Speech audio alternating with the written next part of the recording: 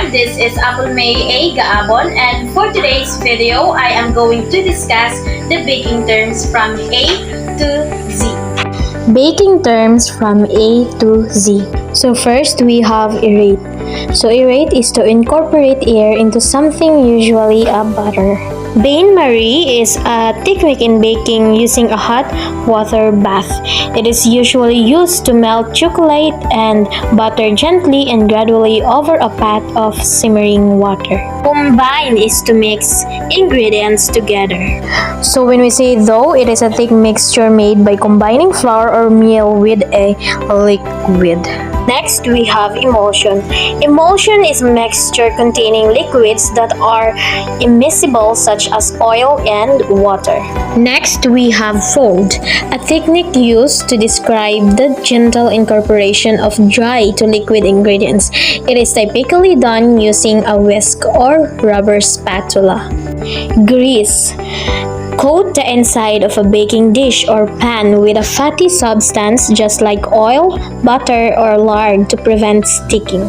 So next, we have hydration. It is the ratio of water to flour in bread. Higher or lower hydration results in different dough consistencies. All of us are familiar with icing, so it is a sweet glaze used to cover or decorate food such as cakes, pastries, and cookies. Juice, it is to cut and squeeze or press a fruit to obtain the juice for a batter, dough, frosting, or drizzle. So next is knead. So it is to work dough by massaging, stretching, pulling, and folding it.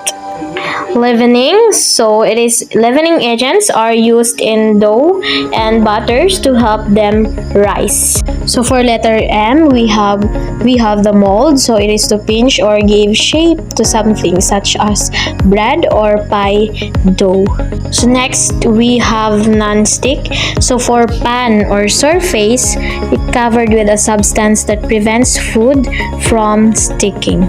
So next for letter O, we have overproofing. So it is commonly refers to bread dough which has been left to ferment or rest for too long. So for letter P, we have the preheat. So it is a turning the oven or pan beforehand to let it come to that desired temperature. So for letter Q, we have the quick bread. So there is bread that is quick to make because it doesn't require kneading or rising time.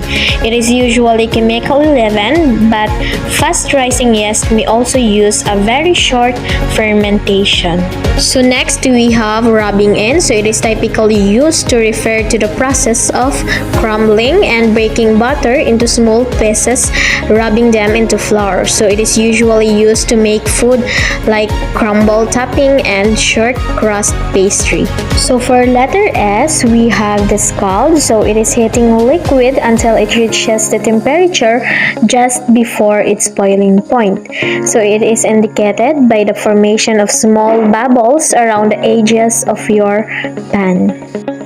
So from letter T, we have the temper. So when we say temper, it is a technique used to raise the temperature of a substance gradually. So typically used for eggs and chocolate. When tempering eggs, a hot liquid is slowly added to the mixture in small amounts to prevent the eggs from scrambling.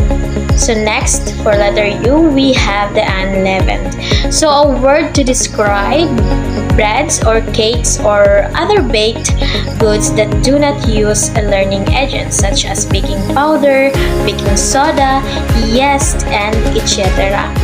So next, for letter V, we have vent. So when we say vent, it is to leave an opening through which stem can escape in the covering of a food. So example, vents are cut in the top pie crust. So next, for letter W, we have the web.